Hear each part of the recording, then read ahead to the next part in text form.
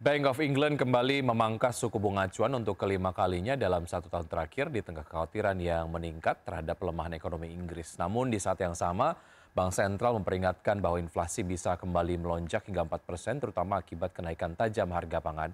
Dalam keputusan paling ketat sejak Bank of England memperoleh independensinya lebih dari 25 tahun lalu, Komite Kebijakan Moneter atau MPC memutuskan untuk menurunkan suku bunga sebesar 0,25 poin menjadi 4%. Pemangkasan ini menandai level suku bunga terendah sejak Maret 2023. Keputusan tersebut tidak mudah di mana MPC harus menggelar 2 kali pemungutan suara sebelum mencapai kesepakatan. 5 anggota termasuk Gubernur Bank of England Andrew Bailey mendukung pemangkasan, sementara 4 lainnya memilih mempertahankan suku bunga. Inflation will increase to around 4% in September. Our job is to ensure that inflation falls back to the 2% target once these temporary factors pass, as we expect to see. So it remains important that we do not cut bank rate too quickly or by too much. Ya, selanjutnya dari pergerakan bursa global, bursa Wall Street berakhir variatif pada perdagangan di hari Kamis dengan indeks Dow Jones dan S&P 500 melemah, sementara Nasdaq mencatatkan rekor penutupan tertinggi. Adapun pada hari Kamis di 7 Agustus, tarif Trump yang lebih tinggi terhadap puluhan negara mulai berlaku, menaikkan rata-rata bea masuk Amerika ke level tertinggi dalam 1 abad. Kita lihat data selengkapnya untuk penutupan perdagangan di dini hari tadi di bursa Amerika Serikat. Dow Jones Industrial Average ditutup melemah 0,51%. Di level 43.968, S&P 500 turun 0,08% ke 6.340. Kemudian Nasdaq Composite menguat 0,35% menjadi 21.242. Bergeser ke bursa Eropa, pemirsa mencatat kenaikan harian terbesarnya dalam lebih dari 2 pekan didorong oleh saham finansial karena investor mempertimbangkan laporan keuangan perusahaan yang beragam, tarif Amerika Serikat, dan potensi terobosan untuk mengakhiri konflik Rusia-Ukraina.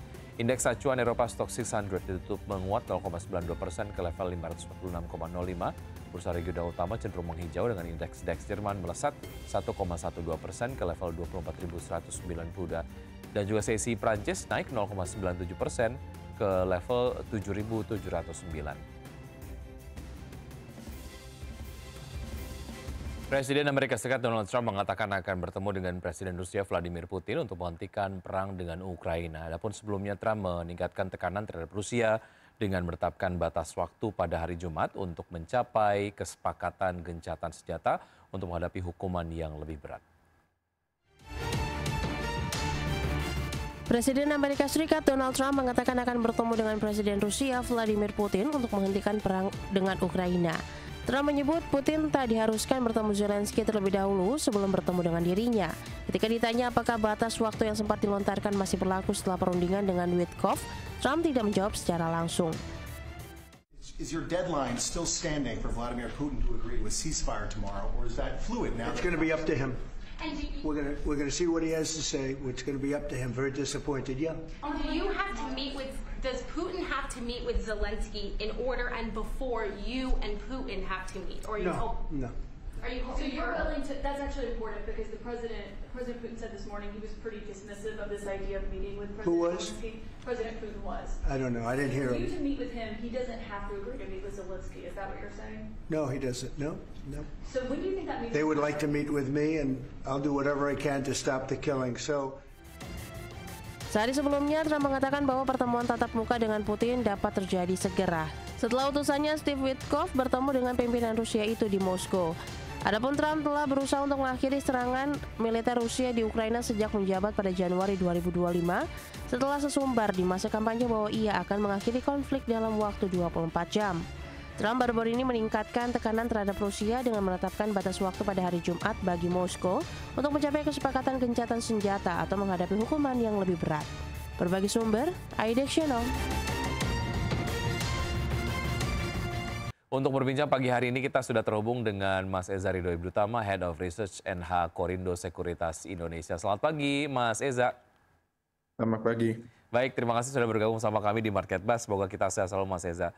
Baik, Kalau kita bicara mengenai beberapa data yang kemudian ini juga menjadi concern dari pelaku pasar terkait dengan kemungkinan dovish dari The Fed sendiri untuk menurunkan tingkat suku bunga acuannya. Tentu saja terkait dengan data ekonomi yang tidak terlalu menggembirakan dan juga upaya dari Donald Trump sendiri untuk menggantikan salah satu anggota dari Dewan Gubernur The Fed yang kemudian mengundurkan diri beberapa waktu yang lalu. Artinya semakin banyak ataupun mungkin ada pihak-pihak yang direkomendasikan oleh Trump mengisi jabatan di The Fed untuk mengakomodir kepentingan Trump sendiri agar The Fed menurunkan tingkat suku bunga acuannya. Bagaimana Anda melihat ini, Mas Eza? Sepertinya kami melihat ini menjadi salah satu katalis memang positif untuk pasar modal Indonesia. Soalnya memang currency-nya kami memang terdampak banget dengan suku bunganya The Fed. Trump meskipun kamu bisa setuju atau tidak sama dia, he has a point from the supply side. Jadi dia memang adhere to supply side economics bahwa jika ada perlambatan untuk pertumbuhan dalam ekonomi, memang the Fed harus turunin suku bunga. Mungkin dari biasanya orang melihatin dari sisi demand, ya memang banyak orang akan memakai uangnya untuk konsumsi barang. Tapi juga ada perusahaan-perusahaan, ada entrepreneur yang memakai kredit fasilitas yang lebih murah itu untuk membuat pabrik atau perusahaan manufaktur di dalam negaranya, dan itu bisa push untuk membuat output yang lebih tinggi di dalam negerinya. So is Trump correct on this? Ya, sepertinya usually what happens during Reagan's time, the Ronald Reagan administration. That's basically what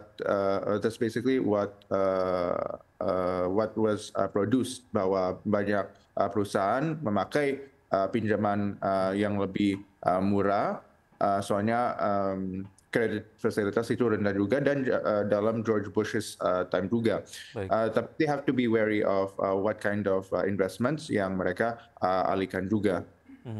Baik, ini kan kalau kita lihat menjadi sebuah urgensi. Kalau kita lihat point of view dari Donald Trump sendiri terkait dengan realokasi pusat industri ataupun manufaktur beberapa produk-produk Amerika Serikat yang selama ini dilakukan ataupun diproduksi di luar Amerika, begitu negara mitra dengan Amerika Serikat di mana pabrik tersebut berada dikenakan tarif, begitu ini akan membuat produknya sendiri menjadi naik sehingga kemudian secara harga ya, sehingga kemudian memang menaikkan urgensi bahwa harus direalokasi pabrik-pabrik tersebut untuk bisa masuk ke Amerika, dan kebijakan dari The Fed sendiri ini dapat menjadi sebuah insentif lah ya terkait dengan penurunan dari tingkat suku bunga acuan di sana.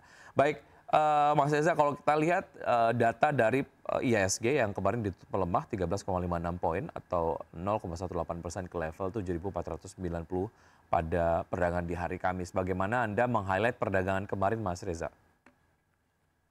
Sepertinya saya melihat bahwa ada sedikit koreksi. Memang for the past week, 1 minggu belakangan, memang ada rally yang tidak didukung dengan blue chips. Tapi sepertinya banyak orang sudah mulai close positions kemarin untuk persiapan untuk readjust their portfolio, siap-siap untuk kemungkinan borong lebih banyak saham yang masuk MSCI, yaitu yang kami melihat di big caps adalah Cuan sama DSSA, dan satunya lagi adalah Petrosi di small caps. Oke, itu yang akhirnya menjadi sebuah bekal kemudian optimisme begitu ya mengenai pergerakan dari saham-saham tersebut agar bisa mengontrol juga pergerakan dari IHSG karena memang secara kapitalisasi juga cukup besar, gerak sedikit itu akan berpengaruh begitu. Bicara mengenai satu sektor yang juga memiliki pengaruh terhadap pergerakan dari IHSG, salah satunya adalah DCI yang kemarin merosot 10% ke level 312.300. Ini memberikan pengaruh terhadap pelemahan IHSG kemarin. Bagaimana Anda melihat pergerakan ini, Mas Eza? Saya melihat memang koreksi yang terjadi kemarin memang kemungkinan just in the short term aja hari ini kemungkinan akan mulai rebound. Kami melihat DCII memang sangat price in saja terkait ceritanya mereka yang memang berfokus untuk data center. Memang data center. Ya, Mas Eza. Memang DCI memang berfokus untuk membangunin data center ke depan dan itu menjadi salah satu katalis mereka untuk going into the second semester juga. Oke, baik. Secara rekomendasi DCI Anda rekomendasikan seperti apa, Mas Eza? Soal pelemahan yang kemarin, apakah menurut Anda secara valuasi cukup murah begitu untuk kemudian bisa masuk atau masih tunggu koreksi dulu? Seperti yang saya sebutkan tadi, kami melihat DCI itu pricing ya, jadi kita nggak rekomendasi to buy. Baik. Dari salah satu saham yang memberikan pengaruh signifikan terhadap pergerakan dari IHSG, DCI tadi kita sudah bahas, dan kita ke basic industry yang muncul terkuat setelah naik 1,25% di perdagangan kemarin. Bagaimana Anda melihat basic industry ini, Mas Eza? Apakah Anda melihat ini menjadi satu sektor yang bisa menarik juga untuk bisa dicermati di perdagangan hari ini? Mungkin untuk hari ini saya itu tidak terlalu tertarik ya untuk lihatin basic industrials. Basic industrials biasanya di nge-push dengan Berita Pacific, Astra itu yang fall into the TPA. That usually falls into the category of the IDX basic materials. Saya itu melihat memang tidak terlalu menarik ya. Tidak terlalu menarik dengan saham-saham ini ke depan. Mungkin soalnya kemarin memang pricing dengan BRPT yang udah mulai laba bersih ya, udah mencetak laba bersih gitu. Baik, oke. Semakin mari kita akan lanjutkan usaha jeda berikut ini, Mas Eza, karena kita belum sempat membahas saham-saham pilihan dari Anda. Dan pemirsa tetap bersama kami, usaha jeda kami akan segera kembali.